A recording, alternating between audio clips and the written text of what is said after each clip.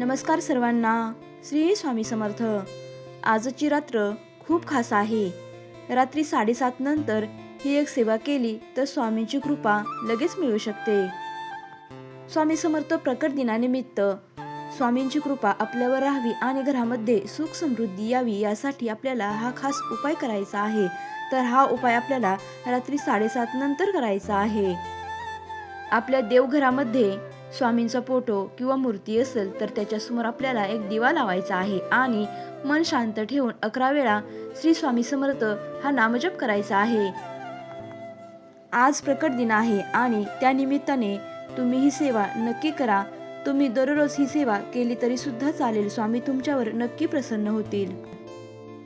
स्वामी समर्थ हे फक्त संत नाहीत, ते आपल्या प्रत्येक भक्तांच्या पाठीशी उभे असतात.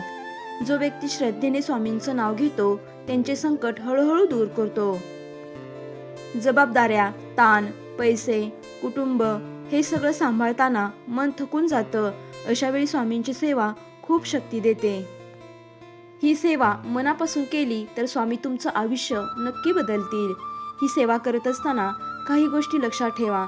ही सेवा करत असताना मनामध्ये शंका ठेवू नका.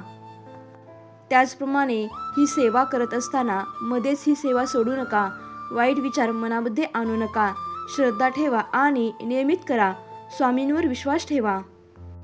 ही सेवा केल्याने मन शांत होतं, कामात लक्ष वाढतं, पैशाची अडचण कमी होते, घरात सकारात्मक वातावरण तयार होतं आणि सर्वात महत्त्वाचं म्हणजे स्वामींची कृपा तुमच्यावर राहते.